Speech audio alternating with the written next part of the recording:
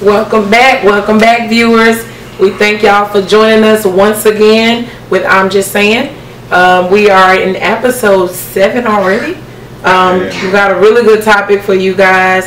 I'm gonna let Slimmy talk a little bit about the topic that we're gonna discuss on today. Don't forget our Patreon link in the description box below, and also remember to subscribe so you can keep updated with any of our episodes that we post. So I'll start a little bit of the topic. I'll let them finish it. We'll talk a little bit about fathers, specifically towards Father's Day. Shout out to all the fathers out there. Happy post Father's Day to you, all of you. We salute you. We want to talk about fathers that are involved in their children's life all the way up to adulthood. We also want to talk about fathers that are maybe deceased, no longer with us, our loved ones.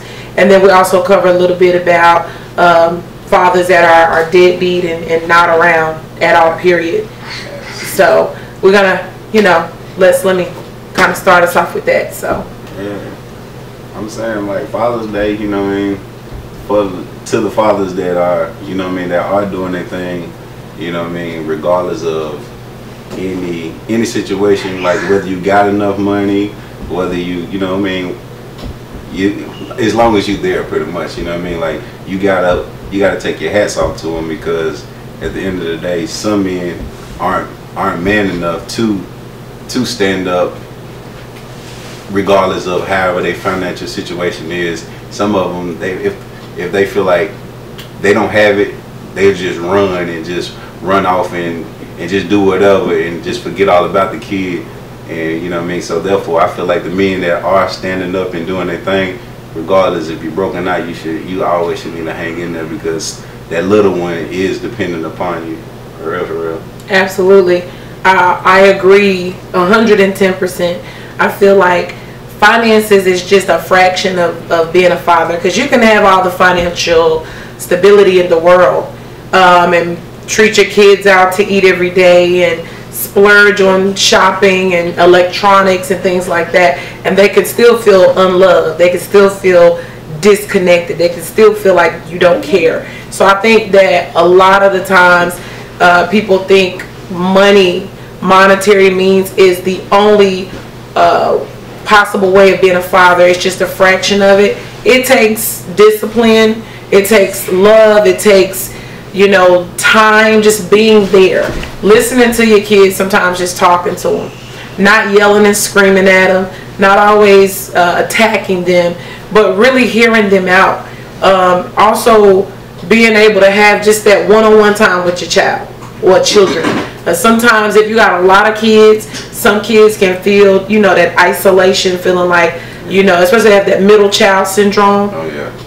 Where you gotta share and split it up and spread it out. So if you got more than one child, you gotta make sure you take the time out to give each individual child that one-on-one space, just so they don't feel like I'm always having to share my dad with the other 3, or it's never just me and my father. So if it's just you taking one of them on a trip to the mountains, then taking another one to the beach, or taking another one to see a museum because they may be a fan of the arts. So again, just taking time to get to know your kid, interests, the things that they like to do, taking an interest in the things they like, whether you can physically do it or not. If you can't play ball, take them to a basketball game. If it's different ways to do it. Or if you're not financially where you want to be, there's a lot of other things you can do that are free, as a father. If you have little ones, reading to your kids every night is a great way to connect and bond with them. Praying over them before they go to bed at night. Those are things kids remember, especially into their adulthood. So I think it's extremely important to know that time and money, it has to be a balance. It can't just be more money than time and more time than money. It's got to be a delicate balance between the two. Yeah. True. And I feel like, at the end of the day, some men don't really know how to be a real father, because they never had one. That's true. And so therefore, they will love the child in the way that in the best way they can. Right. And some of them feel like if they ain't doing it financially, then it's just they can't do anything, you know, or they don't, or they just, you know, they give up. So and to those dudes, it's like I don't even understand how you could do that, but it's plenty of them that be like, hey, they mama getting on my nerves, so I'm not gonna be there. I'm looking like, what you mean? You know what I mean? Like, right. Like, you know what I mean? So it's ooh, like, you touching on a good topic. You gotta, you know what I mean? You gotta shut her off and just think about the child, because at the end of the day, you know, you be gone and the mama still be there looking like everything all right, and the kids dependent upon her, and they don't even know your side. And by the time that they do, most kids, like, I know a lot of kids they'll go back and look for the dad later on down the line, and then they be like, oh, I didn't even know mama was that immature at the time. You know what I mean? So therefore they'll be like, okay, well, I understand, and then they'll build their relationship up then. But you don't even have to go that far. You just know how to stick it in and just pretty much thug it out until you figure out it's gonna be a balance. You know what I mean? Like, there's no reason why might say you can't have that child 100 times, but it would never be a time that I wouldn't be knocking on that door. You know what I mean? Trying to. Right. You know what I mean? Like, you know, so people give up and they just run. Or go to custody court. Some. You know, but they be feeling like the law against them anyway, so I understand that part too. Like most men, especially if they black, you know what I mean, we do not like court systems, you know what I mean, and at the end of the day, you know what I'm saying, so we feel like we go in, it's not going to be at our favor, so they'll give up. So I can understand, but if you love that child and you really want to be there, then you're going to do whatever it takes. And then sometimes people always think the point of contact has to be the mother. If the mother is not mature enough to allow you to be a father in that child's life, there are other points of contact that you can have to get to that child. That child has a grandmother, that child has a niece or a nephew, or that child has an aunt or uncle or godparents that you can reach out to and possibly get access to your child, and again, see what you can do to work something out. If you don't want to do the court system, I mean, you can just write down, you know, your whatever you verbally agree upon. If you got certain days, certain holidays, or certain, like every other week you get your child, work something out to make the effort to be a part of your child's life, because again, they only grow up once and that's it. You know, once they're grown, they're grown. So you don't want to miss out and forfeit the opportunity of raising a child and getting to really know who they are, and also seeing them develop in the different stages of life. It's a beautiful thing. It really is. Yeah, because it's like me, I got 2 kids myself, so it's like I just be watching them to see how much of me is in them. You know what I mean? Like, they interest, like whatever they like. You know what I mean? It's like, it's amazing to me to see that my daughter do what she do, and well, both of them, they do what they do, and I be like, I know she got that from me. And it was like, so therefore that's an interest right there. Y'all already have a part. That's something that she got from you. Even if they bad, used to be bad when you were little, you be like, boy, she got that from me. You know what I mean? Right. So you know how to deal with a bad baby.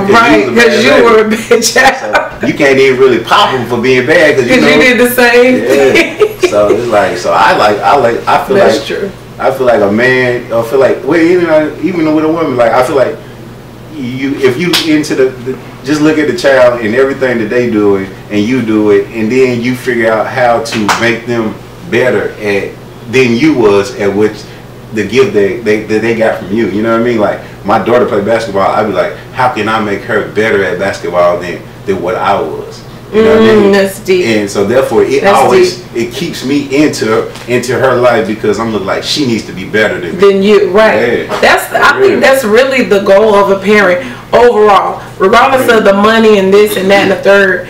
I think the goal of a parent is to make sure your child is better than you were, or they're doing better than you did, and they don't make the same mistakes that you've made along the way. So I think even in this new generation, because I have a child, she's 6, they learn so much so soon. They're exposed to so much so early. I had to have a talk with her, recently about, little boys. I'm like, you about to be 7 next week. Like, that's a serious topic, but it's just showing that in the society that we live in, and with the children that, you know, are in public schools that she's, you know, surrounded by year round, that these are the kind of topics and conversations that we have to have with our kids. But if we're not vested in our child's life, not even just as fathers, but even as mothers, then we will miss it. They'll be learning stuff from friends. When I talked to her, she told me, oh, one of my friends that has a boyfriend, she told me this was a good question to ask a little boy. And I said, oh my God, you know, that's when I knew I had to step in as a mom and make conversation and make sure I explained it to her, that at the end of the day, when it comes to, you know, little boys, that's something you're not ready for. I told her as simple as that, because I know that if you talk too long, you lose and distract them, and they're not listening after a while. So to keep it short and simple, for her age range, I said boys equals distractions, period. And if I had a little boy, I would tell him the same thing. If he asked me about a little girl, I would say girls equals distraction. Right now your focus is academics. Right now it's grades. You can have friends at school, but anything more than friends is too much, especially at your age. You're not ready for that. That's something that, again, that you're not ready for. But it's already a topic. It's already being talked about. Yeah. These kids are having discussions, and they're being given bad advice from their friends already at 6. So it's important that you invest your time with your kid, because when you're not putting in the time with your child to know what's going on, to talk to them and see what their friends is talking to them about, then they're getting advice from the streets, basically, and not from the household. So if you're giving them the advice and giving them the wisdom, they can't ever say, Mom never told me, she never said this, Dad never said that. No, I'm telling you, this is what it is, and you have a choice. Now, at this age, you don't have a choice. You're just going to do what you're told. But it will come a time in life when they're of age, young adults, and they will have a choice to make, you know, a decision of whether to do what the streets advise them to do, or to take heed to the wisdom that my mom and dad gave me. So, again, it's very important for fathers to be there, especially for little girls. I think it's so important. Like, I was a daddy's girl. Like, my dad passed away when I was 13, and it crushed me. It was the first big heartbreak of my life. And again, I think about him every day. It's not just when Father's Day roll around, but year round. You know, we were like this. So it is so important to have your father in your life for a little girl, because they look for that in relationships. I know I did, and I made a few mistakes with relationships in the past because my father wasn't there. Not by choice, obviously, he's deceased, but, you know, just by his absence. And I always say to myself, what decision would I have made if my father was here? Would it have been a different decision? Would I even have dated this guy? Would I have even given this guy an opportunity or a chance if my father was here to help guide me, help give me wisdom, help show me what's really good as far as men, or could look at a guy and say, nah, that's not it for you? You know, I think of stuff like that. So I think it's important for the father to be in their child's life overall. Yeah. No, I definitely do too. It's like I make sure that, you know, it's like my daughter's young, but I'm gonna make sure, like, I'm gonna be like a cool dad where you can come to me for anything.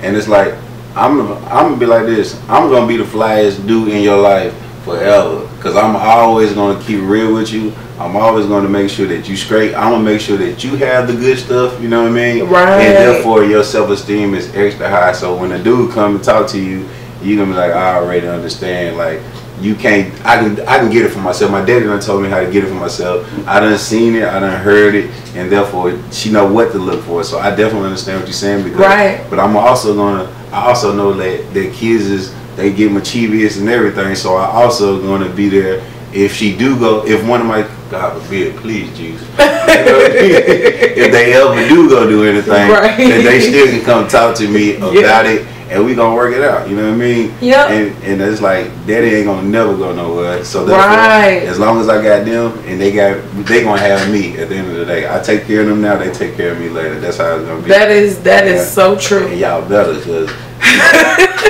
arthritis kick in or something. You know. You so stupid. Y'all about to brush my teeth for me. You know what I Right. mean? Yeah. Changes depends if it came down to it. God forbid. One of the things that I wanted to ask you, Slimmy, is what are your views about child support? I mean, do you really think this system is built to help black fathers and black mothers specifically come together and financially provide a haven for their child, or do you think that further divides the black family at its foundation? I think child support is the devil. Oh, reason why I think it's the devil, if the man is paying for his child and take care of his child, I don't feel like it's like this. How can for instance, the child usually goes with the mother, right? Right. So say for instance, if the man don't want to break up and the woman want to break up, she can leave or she can put him out and take half his income. Now if he messed up and he got put out, that's different. But if a man ain't got the child, she automatically get his income. But if he want to work it out, it's easy for a female to put a man out because she know regardless she gonna make it without him anyway, as long as she have a child with him. And so therefore I don't agree with that, because at the end of the day he still gotta make it without her. So I do feel like he's supposed to pay for his child. But I feel like the numbers that they're giving a man, is like he can't afford to live by himself. He gonna pretty much have to get another woman or a roommate right? Pay, you know what I mean? So therefore it's like a booby trap. And therefore if they are going to get back together, it's like he probably ain't even want to leave. He might not even like her, but he want to stay with her just till them kids get 18. You know what I mean? Just because. So he might fake it to supplement for his income. Yeah. So, got you. So that's how I feel about it. But I do feel like a man's supposed to pay with his babies, though. You know Absolutely, I agree with that. Wow, that is definitely deep. I definitely understand where you're coming from. What is your take on men that, because maybe the mother doesn't want to be with them anymore and she's decided, hey, I want to just co-parent, and she's even willing to provide the transportation, to get the child to the father. She's willing to meet them in a public, space or area. She's willing to drop the child support if there's just something that shows interest in wanting to be a father and being there, being involved.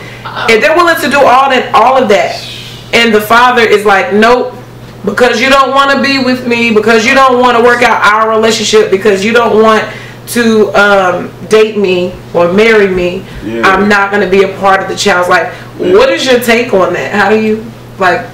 I feel like that's whack. You know what I mean? I feel like that's whack. You know what I mean? Because at the end of the day, that's your child. Right. And at the end of the day, it's like, if somebody don't want to be with you, they don't want to be with you. Right. So you going to be a deadbeat to your seed that came from you. You know what I mean? Nah, that's whack. And it's like, and it's like, y'all got the baby, but do you love, for you to do that, do you really love the baby? You know what I mean? So if you don't, it's like me, I can't deny my kids, because I can be mad at her all day and love the mess out of your children. I want to get my kids. I can be mad at her. I can be mad at a woman and be like, hey, the kids come up, they make me happy. You know what I mean? Like, yeah. You know what I mean? So therefore, that's something I can't even really see. But I guess it's all in the heart of the person, because you know what I'm saying, if he cut though like that, or you know what I mean, or like some people can go through some crazy things in their life that'll make them just shut down. Like, maybe he done went through something like this before. You know what I mean? Maybe not. Maybe he don't know how to deal with his emotions, so therefore everybody gets it. You get it, the baby get it. You know what I mean? And after that, however he feel over there, I don't know what he drinking, smoking, crack. You know what I mean? But I can't leave my kids. Right. I don't understand. I think that's what thing I ain't never been able to do. Yeah, I understand. He must have went through the trauma in his life. I mean, but then I'm confused too, because I've heard a lot of situations, especially in the black community, where there's a father that has multiple children by multiple women, and he has certain children that he will be there for. Certain children he'll provide for, take care of, and then he has the others that he just kind of abandons. Yeah. Don't see, don't come to birthday parties, don't invest the time, don't pick up the phone to call and see about them. You know, don't pay for daycare, don't pay for child care, don't even pay child support. You know, I mean, how? If by your friends that do you know anyone that? Yeah, I know some OGs. So then, how can they take care of this child and then deny another? You know, how does that happen? I'm gonna give you all this phone, because it's like some of the kids, it was like, alright, I kind of I don't mind having a baby by her. But then some of them, it's like, then you might have some hoe over there like, I ain't really want this one. You know what I mean? Not by her. But the other ones that he taking care of, he probably wanted them. You know, he probably didn't mind having them. And then the ones that didn't, I ain't saying it right. So I don't blame me, because my kids about the same one. You know what I mean? Well, I done heard some old coons say, man, I don't even like her, man. It was cold that night. You know what I mean? So it was like, he messed up and slipped and fell over in there, and after that the baby came. With no mess up. He slipped up. Yeah, and that's probably why though, because he ain't love the mama. You know what I mean? That's horrible. Yeah, it really is. Yeah, the baby ain't did nothing. It was just the daddy didn't love the mama enough to stick by her or help her out. It's just like she was just probably something to do that day. You know what I mean? And it ended up being more. Right. Yeah. Basically a temporary situation turned permanent. A jump off, yeah. Turned to permanent. Turn a permanent situation. And if he could get away from it all the way, he probably would. But the woman probably just be like, oh, nah, this yours. So, but if he could run away and never be seen again, he probably would. But it's over for him. Right. Pay that child apart. Right. That's true. That's true. I mean, I just I don't understand that concept at all. I understand what you're saying, but I mean, I just look at other families, you know, other examples, even others outside of the black community, maybe, you know, in white communities, in the Asian, Chinese, Japanese community, how they're very family oriented, you know, people. Do you feel like it is a drastic difference between a black household versus you know, any other ethnicity? Do you feel like there's a huge gap where the fathers are just completely absent from the child's life? Yeah, I do, but I feel like you know what I mean,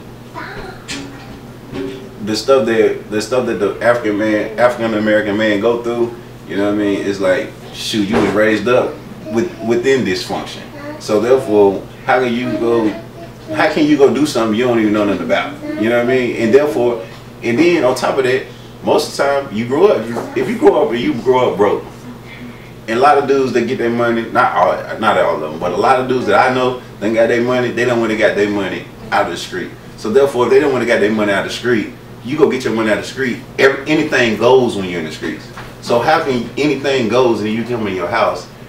Anything goes when you get in your house, because you always done been dysfunctional. So it takes till you grow. Some dudes end up in prison, they come home, they read books, they educate themselves, and then some dudes come back and get right. But if you ain't came from nothing and you don't know nothing, you don't know. And everything is about what's right in front of you. Right. So therefore, if you're looking for money, that's the only thing you're looking for. So as long as you got money, you feel like you're the man.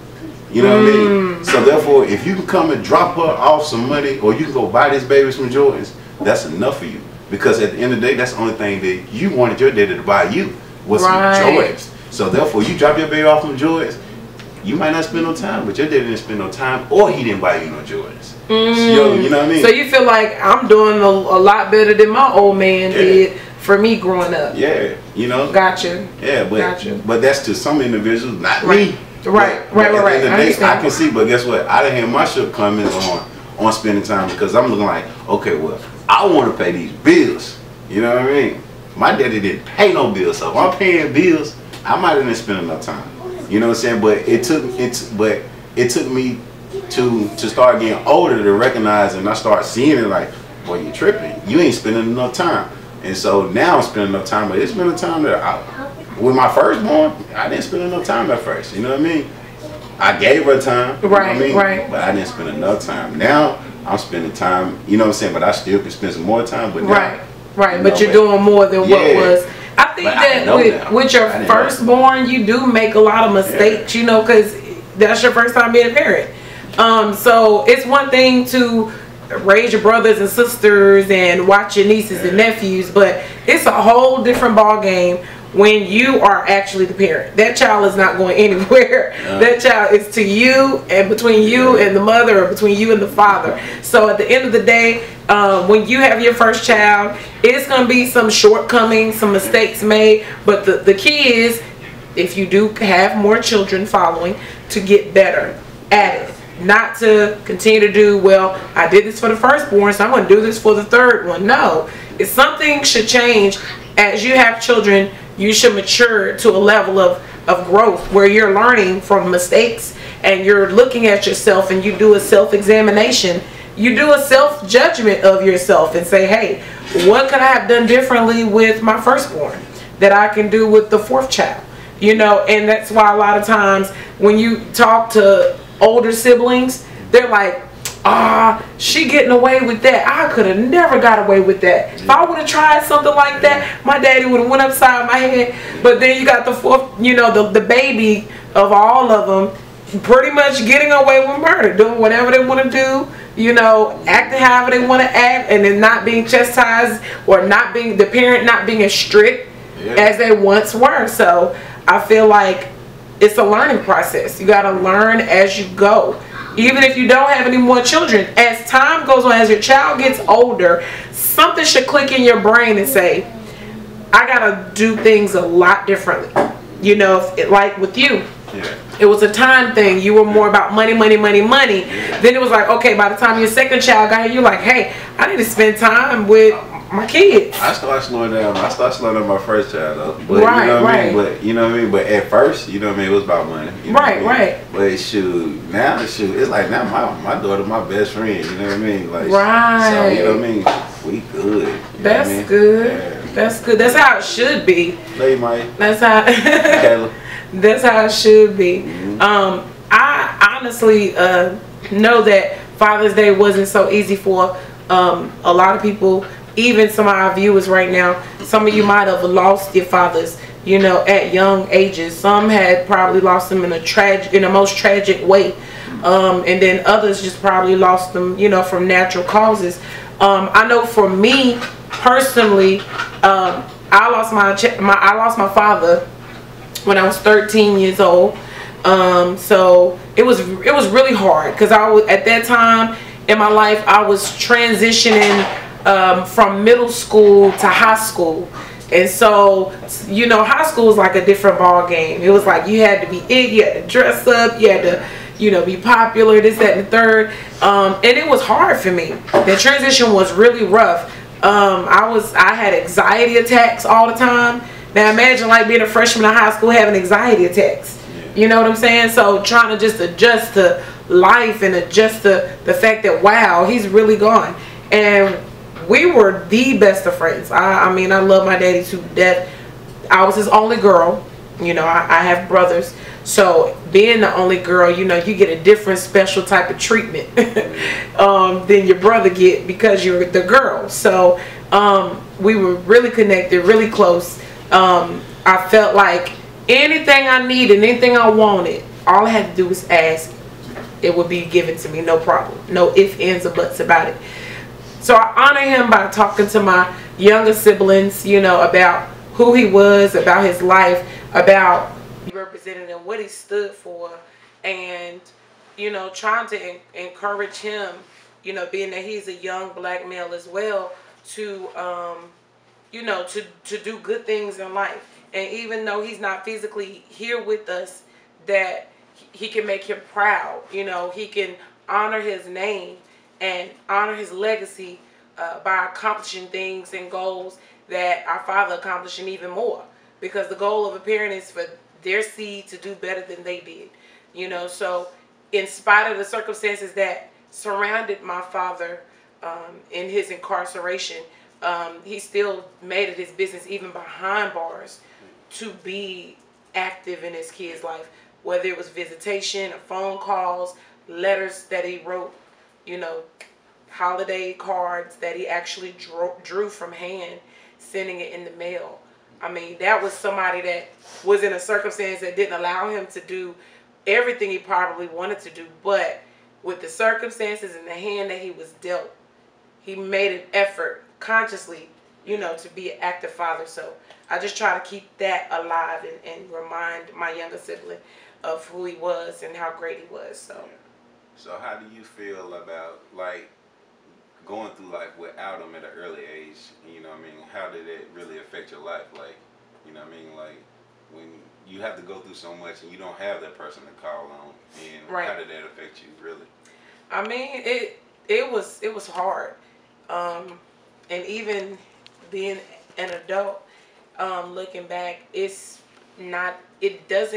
gets easier to accept the reality of the fact that he's gone, but it still hurts, because a lot of the times I look at relationship choices that I made that could have been preventable or non-existent altogether, because he was very like controlling. He ain't play. He definitely was like the type of dad that had like the shotgun on one side and like the bulletproof vest on the other side. And he always would say, even as a young girl, I always remember my father saying, I'm your boyfriend. You don't need no boyfriend. I'm your boyfriend. So, you know, when a little boy tried to approach me, I remember saying, nah, my dad's got me. I'm good. You know, so it's like already at a young age implanted in my mind to know, like, I didn't need a guy. You know, and it probably, as I got older, went from, okay, I don't need a guy, but then that means I got to get out here and work. You know, I got to get out here and get it on my own. Like, no one else is going to do it for me. And it also kind of opened the door for deception. A lot of deceit, a lot of misguidance, and things that my dad probably could have peeped from the door. Like, nah, that's definitely not it for you. But because, you know, of his lack of, you know, not being here in the physical, it probably caused me to take a few detours in life. But I learned from him, and I feel like overall it's made me the strong woman that I am today. So, you know, I don't, you know. Yeah, that's good. So it's like, so there are some great dads out here, you know what I mean? Right. It definitely is. You know, there's definitely some bad dudes out here too. So, you know what I mean? Let's talk about them. Yeah. I mean, a lot, again, I feel like everything is based on circumstance. So some of them were dealt not so good hands, some were dealt some okay hands, and they still made the plays that they made. So talk a little bit about who your dad was and what made you the father that you are today. I'm saying, I feel like my dad, he was good, you know what I mean? And you know, he went to the army, he tried to make a better way. And you know, you go to you know how a lot of people who go to the war or whatever, and they come back, you know, they're not the same person no more. So it's like he started out good, you know what I mean? And then, you know, with all that going on, he came back and he wasn't the same person no more. But to me being young, I always looked up to him. So when he came back and he went right, it was like, I was just like, F it. You know what I mean? I started smoking. You know what I mean? Like, I really didn't. It was like my hero went to a zero real quick. You know what I mean? Wow, right. So it's like, and everybody in the family always looked up to him and saying he was this and he was that. Right. And then, so I always was, and then I found out, I'm like, man, I might as well, if he ain't do nothing, I know I ain't doing nothing either. You know what I mean? But, so I went out and did a little stuff, but at the end of the day, you know, my mama raised me, so therefore, why he was where he was at, you know what I mean? So at the end of the day, my mama was my daddy, you know what I mean? At the end of the day, because I always looked up to him, but he really never really provided for me. But I looked at him at a certain status, because when he was, but when he wasn't, I still remember when he was. So I'm like, he having a hard time. Let my mama say something bad about my dad. I'm flipping. You know what I mean? Right. And it wasn't until I got older and I seen him. When I seen him for myself, it was like, dang, I've been looking up to nobody. You know what I mean? Yeah. And so after that, it made me get where I was, when I get my kid, I'm going to always look after them and take care of them and whatever go on in my life. But I can't really speak on something that happened with the war. So I don't really blame them, because if something, they done did something to somebody in the war. Right. You know what I mean? So That's I true. don't really blame them. You know That's what I mean? true. But at the end of the day, it did affect me. You know what I mean? But at the end of the day, he fought for his country. So at the end of the day, hats off to the man. Oh, absolutely. Yeah, we got to salute the veterans. I mean, it's a lot of things, you know, that they see and that they witness, you know, cross seas. True. And then it's not normal, but it, you know, then a lot of things they had to do just to survive, just to live. And then when they get back to America, they're expected to readjust back to normal way of life. And a lot of times, you know, with the shell shock and postpartum depression and stuff, it kind of, you know, causes anxiety and things like that. Yeah, so to somebody who don't really know it, you right. know what I mean? Like, to me, when you came back, I'm like, who is you? But right. at the end of the day, now that I'm older, I'm like, okay, well. You understood based on the circumstance. Like, you see these people coming back from Iraq and everything, they don't got no mind, you know what I mean? Right. But at the end of the day, they went in, they put their life on the line. So therefore, you know what I'm saying? Shout out to them. Understood it. Absolutely. You know what I mean? Absolutely. Yeah. I feel like that even with these circumstances, whether you didn't have a father in your life, or there were circumstances that caused the father not to be there, whether it was incarceration, or maybe like a mental illness, or even, you know, them just being deceased, not here, no longer physically with us. There are a lot of ways that you can honor, you know, your parent. Sometimes when I say honor, you always think of like, oh, just think of all the good things that they've done. But some people probably don't have good memories of their father at all. So what you do is you take the bad memories and you say, how can I make these great for my kids? How can I make them amazing for my great grandkids?